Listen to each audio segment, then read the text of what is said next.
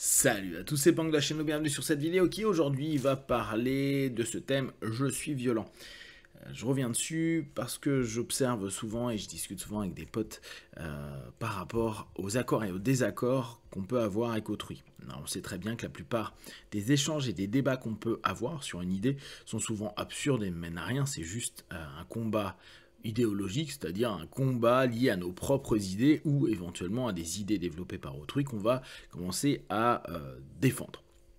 Ce combat a souvent aucun intérêt hormis égotique de se dire j'ai réussi à avoir une certaine rhétorique, à mettre à mal la pensée de l'autre, encore que en étudiant bien les arguments de tout le monde, on pourrait se dire pourquoi pas, c'est possible, why not.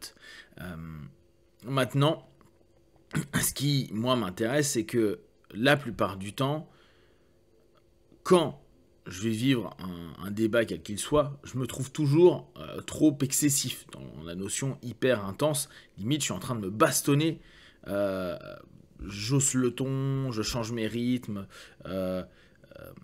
et en même temps, je ne le fais pas du tout dans une notion qui pourrait être de faire changer d'avis l'autre, c'est plus le plaisir de l'intensité, le plaisir du combat, le plaisir de la lutte, même si, et c'est ça le plus amusant, j'en ai strictement rien à battre.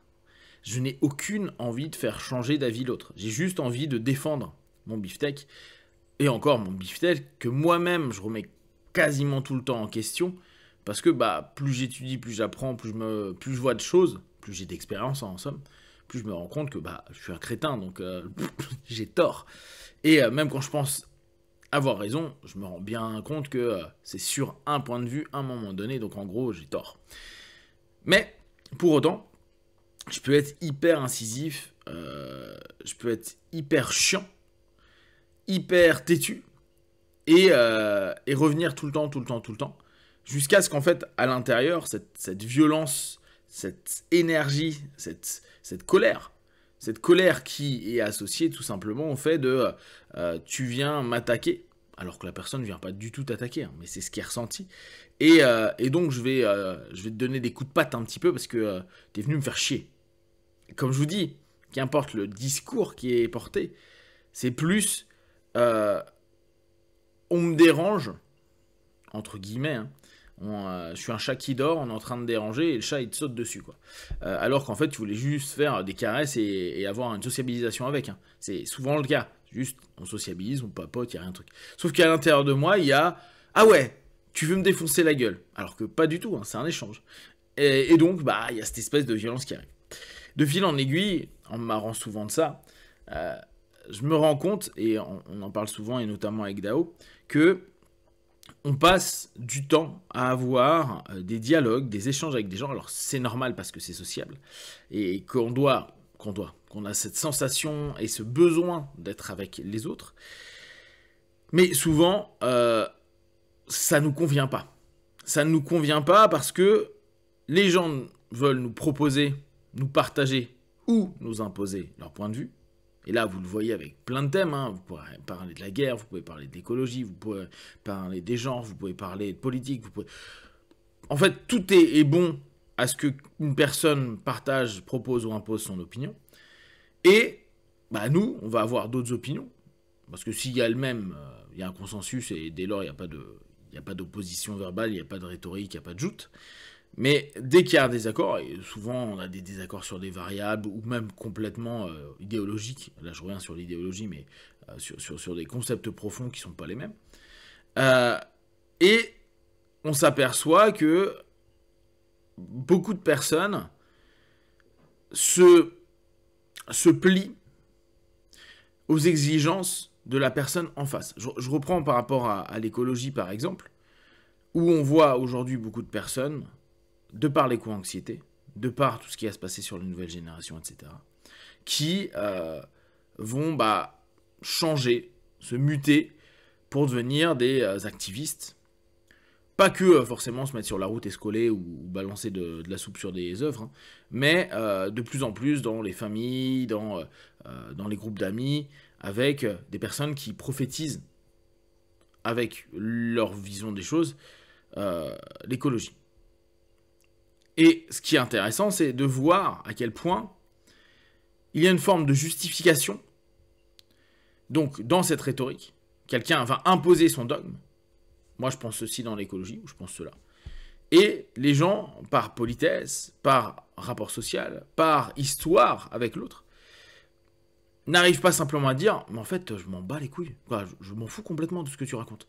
Moi, je pense ça, je suis pas d'accord. Point. » Donc, il va commencer à avoir soit une soumission complète. Alors là encore, si on commence à avoir cette notion dominant-soumis, à ce moment-là, il peut y avoir une problématique. On pourrait se dire « Oui, mais je veux pas perdre. » Alors qu'en fait, c'est se soumettre à la conjoncture sociale plus qu'à la notion de l'idée. L'idée, on peut ne pas être d'accord, on peut avoir une espèce de questionnement et de remise en perspective, de recadrage de ce que l'autre va penser. Mais en fait, vu que c'est souvent dans des groupes où on n'a pas envie de faire des sclandres, on n'a pas envie que ça parte en vrille, on n'a pas envie de casser l'ambiance de la soirée, on n'a pas envie de se mettre mal avec des potes, et ben il y a cette espèce de retenue. On va peut-être enlever le mot soumission à ce moment-là, de retenue, qui fait que l'autre va pouvoir continuer sa propagande. Ses propagandes, ses idées, ou autre. En tout cas, c'est son point de vue. Moi, ça me dérange pas du tout. Tout le monde peut avoir le point de vue qu'il veut. Il faut être OK pour se défendre. Il faut être OK que le mec en face s'en tape, ne changera pas. Et peut-être le strict opposé de toi-même. Donc, à ce moment-là, l'action qu'on va avoir de soit propager l'idée, soit de défendre, c'est pas du tout pour changer l'avis de l'autre. La personne ne changera pas d'avis par rapport à quelques arguments à la con. C'est juste ne pas être pollué, entre guillemets, écologie polluée, par l'idée et l'inquisition de pensée de l'autre. Sauf que beaucoup de personnes n'assument pas être, comme je dis souvent, le connard. Parce que, bien sûr, dire oui, effectivement, il faut faire attention, acheter de l'électrique, oui, il faut faire attention, il faut vivre dans une maison à 13 degrés, oui, il faut faire attention, blablabla. Bah ouais, mais tu peux juste dire non, moi je suis pas d'accord. Puis je m'en fous en fait. Moi je suis un gros connard égoïste, vous le savez bien. Bah après moi le déluge, hein. J'ai pas de gosse, je compte pas en faire. Fuck, je suis là, je passe, je meurs. Voilà. Après, bon chance. Et assumer cette notion-là, mais ça emmerde à fond parce que il y a la peur de l'opposition, il y a la peur que ça aille au-delà de la rhétorique, c'est-à-dire qu'à un moment donné, ça devienne dans des zones de violence. Et ces violences peuvent être des violences émotionnelles, ça peut être des menaces, ça peut être plein de choses. Et puis bien sûr, les ruptures ou éventuellement des violences physiques, parce que c'est vrai que la violence physique fait aussi peur à beaucoup de personnes. Même si peu de personnes vont aller jusqu'à là. Assumez ce que vous êtes. Assumez vos idées, assumez vos pensées. C'est quelque chose qui, au bout du compte, si on reprend cette notion de violence, est très violent. Parce que les gens ne veulent pas que vous assumiez des éléments. Et souvent, pour assumer, on est excessif. Alors qu'en fait, c'est juste, non, je m'en tape. Je ne suis pas d'accord, je ne changerai pas d'avis. Je suis un con à tes yeux, et je suis peut-être un con tout court, hein, aucun problème sur cette notion-là. Néanmoins, stop ton discours. Arrête de me faire chier ou nous faire chier avec cette notion-là. Qu'est-ce qui fait?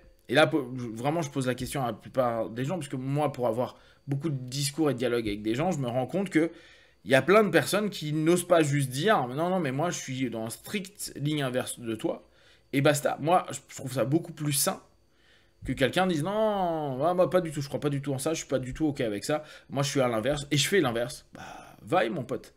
C'est pas moi qui ai à te dire comment tu dois vivre ta vie. Vous, comment vous gérez cette notion? Est-ce que vous vous pliez? Et là encore, hein, j'ai pas envie que vous le voyez comme quelque chose de il m'a battu. Non, c'est juste, j'ai pas envie, j'ai pas l'énergie, je vois pas l'intérêt, etc.